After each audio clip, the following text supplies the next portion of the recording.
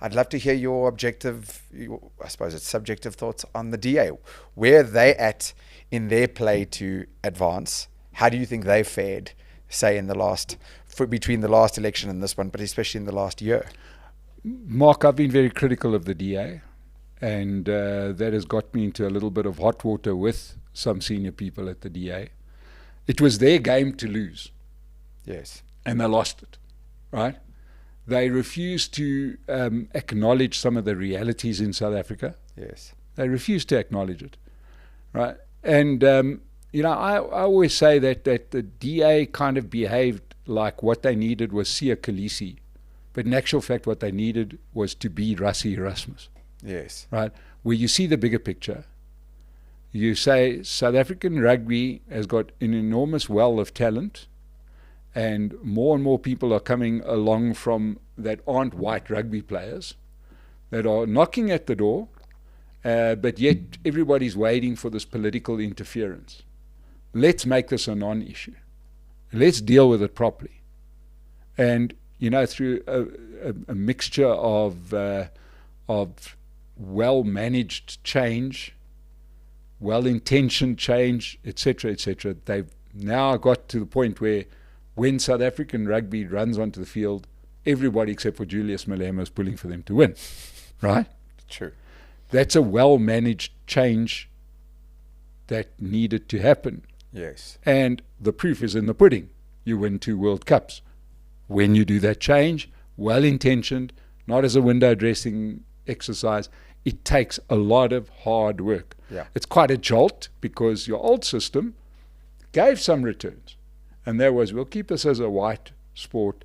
And we weren't bad. We won, 1.5 World Cups because some of those changes had started back in 2007.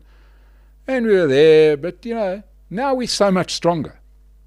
And I'm saying that just generally in South Africa, when you absolutely live that change, and you go out there and you do it with a set strategy, yes, you can prevail. So to go back to the DA, they tried the window dressing part when they had Musi Maimane. They then almost said, oh, thank God that's over. We'll blame him for the bad result, not us, him. And now they've sort of like retreated for this. And I think most worryingly about the DA has been certain parts of the problems that we've had here in Johannesburg, Kuruleni, Tshwane, where it's starting to look like certain people in the DA don't have the stomach for the fight. Now, politics is like any business. You got to have stomach for the fight, eh? Doesn't matter. No one's going to say, oh, I love the state of the nation, therefore I'll cancel all other channels because you're the best. No. Somebody's going to come out there and they're going to say, we'll do a better show. And that's just the way life is, isn't it? I've got a restaurant. My restaurant's full every night. Relax, China, because believe me, somebody's going to open up a restaurant next door to you and improve on the areas that you are not doing. So, up here, up country from the Western Cape, there's a lot more contestation. And it seems like when the chips were down, the DA cut and run from the fight instead of taking it on head on. And what's going to happen to them? Well, they've got a very loyal voting base. And I think they will largely retain that voting base. I see the DA getting sort of around that 20% mark. They have been good where they've governed. That's not a lie. That's the truth. They've been good where they've governed. There is this sort of straw man argument, look at Khayelitsha. Well, that's rubbish.